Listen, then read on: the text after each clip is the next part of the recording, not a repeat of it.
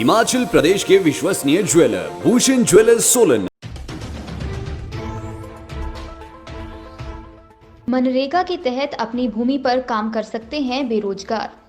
राज्य सरकार ने इच्छुक बेरोजगार ग्रामीणों को मनरेगा के अंतर्गत अपनी भूमि में कार्य करने की स्वीकृति प्रदान की है। ये कार्य ग्राम सभा द्वारा स्वीकृत परियोजनाओं की शेल्फ में शामिल न होने पर भी किए जा सकेंगे। सीएम जयराम ठाकुर ने आज यहां ग्रामीण विकास और पंचायती राज विभाग की समीक्षा बैठक की अध्यक्षता करते हुए यह जानकारी दी। उन्होंने कहा कि पिछले वित्त वर्ष के दौरान 260 लाख कार्य दिवसों का सृजन कर कुल 859 करोड़ रुपए की धनराशि व्यय की गई, जबकि इस वित्त वर्ष अभी तक मनरेगा के अंतर्गत 54 करोड़ रुपए खर्च करके 22 लाख कार्य दिवस सृजित किए जा चुके हैं। मुख्यमंत्री ने कहा कि ग्रामीण विकास विभाग ने भी मनरेगा के अंतर्गत बनी लोक निर्माण विभाग की सड़कों और जल शक्ति विभाग की ट्रेंचिंग्स के रखरखाव के लिए दिशा निर्देश जारी किए हैं। मनरेगा कार्य में पारदर्शिता सुनिश्चित बनाने के लिए विभाग ने सिक्योर सॉफ्टवेयर लागू किया है। टीसीपी क्षेत्रों पर उप समिति देगी सरकार को रिपोर्ट।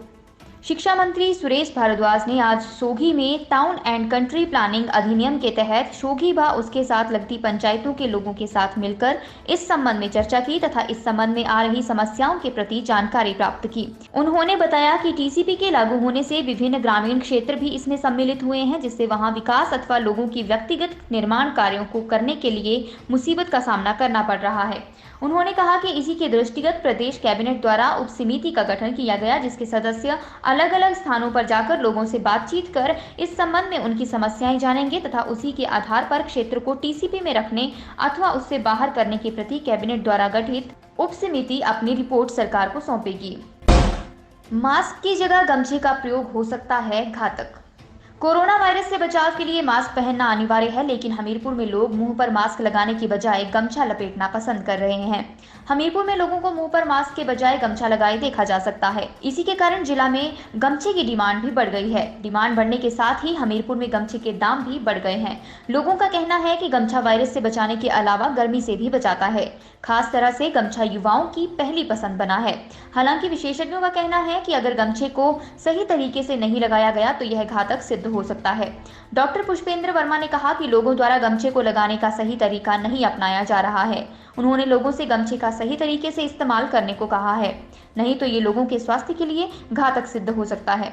उन्होंने कहा कि गमछा लगाते वक्त साइड का ख्याल रखना जरूरी है। अगर हम बार बार साइड बदलकर गमछे को लगाएंगे तो यह घातक होगा। ये जो मास्क होता है, जो आप मास्क लगाते हो घर पे बना हुआ, अगर मास्क लगाते हो या घर पे बना हुआ परना या गमछा जो आप इस्तेमाल कर रहे हो, तो इस्तेमाल तो आप करें, लेकिन आप उसकी साइड किस तरफ रख रहे हैं पूरा दिन। जैसे आप लगा रहे हैं, जैसे अब ये मास्क मैंने लगाया है तो मुझे पता है कि ये इसकी बाहर की साइड है, वो वाली अंदर की साइड है, तो मैंने टच किस साइड करना। अब मेरे जैसे हाथ हैं तो इधर उधर मैं टच कर रहा हूँ, तो इन्फेक्शन होने का डर है कि अगर अब गमछा है, गमछा आपने ऐसे लपेटा हुआ है, ऐसे ज़्यादातर आपने देखा लोग ऐसे लपेट रहे हैं और ना पे थोड़ी देर के बाद फिर उसको घुमा के फिर ऐसे लपेट रहे, तो उसका तो मतलब शून्य, उसका तो इन्फेक्शन के रोकने के लिए कोई मतलब तात्पर्य नहीं रहा। उसका बस ये रहा कि हाँ बंदे ने गमछा लगाया हो, तो उसके लगाने का जो तरीका है फिर वो एक ही जगह ही रहना चाहिए सारा दिन गमछा।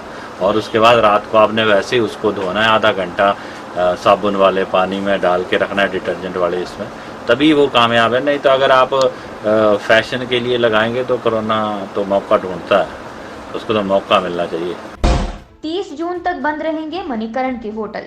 धार्मिक पर्यटन नगरी मणिकरण घाटी के होटल पर्यटन कारोबारियों ने डीसी ऋचा वर्मा को ज्ञापन देकर 30 जून तक घाटी में होटल बंद रखने का निर्णय लिया है। कारोबारियों ने मांग की है कि मणिकरण घाटी में होटल कारोबारियों ने 30 जून तक व्यावसायिक संस्थान बंद रखने का सामूहिक निर्णय लिया है, इसलिए घाटी में 30 जून तक दूसरे जिला व बाहरी राज्यों से लोगों को आने ना दिया जाए। अगर कोई भी कोरोना वायरस संक्रमित व्यक्ति घाटी में आता है तो घाटी के लोगों को परेशानियां हो सकती हैं। होटल एसोसिएशन अध्यक्ष किशन ठाकुर ने बताया कि बीते दिनों घाटी के सभी सदस्यों ने बैठकर सामूहिक निर्णय लिया कि 30 जून तक होटल, रेस्टोरेंट, कैंपिंग साइट सभी पर्यटन गतिविधियां नहीं होंगी, इसलिए किसी भी बाहरी जिला या राज्य के लोगों को घाटी में ना भेजा जाए। उन्होंने डीसी से डंपिंग साइट ना होने से कूड़ा कचरा प्रबंधन के लिए उचित प्रावधान करने की मांग की है। बीमार महिला को पालकी में पहुंचाया अस्पताल। उपमंडल बंजार की तीर्थन घाटी के कई दूर दराज क्षेत्र आजादी के 7 दशकों बाद भी आजकल सड़क और स्वास्थ्य जैसी मूलभूत सुविधाओं से वंचित हैं। बीमारी की हालत में लोगों को अपना इलाज करवाने के लिए कई किलोमीटर तक का पैदल सफर तय करना पड़ता है। जो मरीज खुद चलने की हालत में ना हो, उसे कुर्सी की पालकी में बिठाकर सड़क मार्ग या अस्पताल तक पहुंचाना पड़ता है। ऐसा ही एक वाकया शुक्रवार शाम को तीर्थन घाटी की दूरदराज ग्राम पंचायत शिल्ली में सामने आया। शिल्ली पंचायत के मालचा गांव की चवेलू देवी पत्नी जीतराम बीमार हो गई।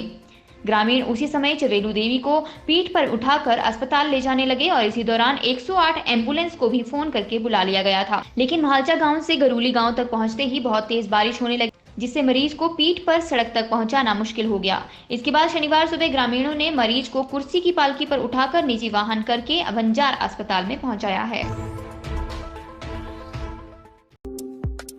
आपके स्वास्थ्य का प्रहरी श्री बालाजी हॉस्पिटल, कांगड़ा, हिमाचल।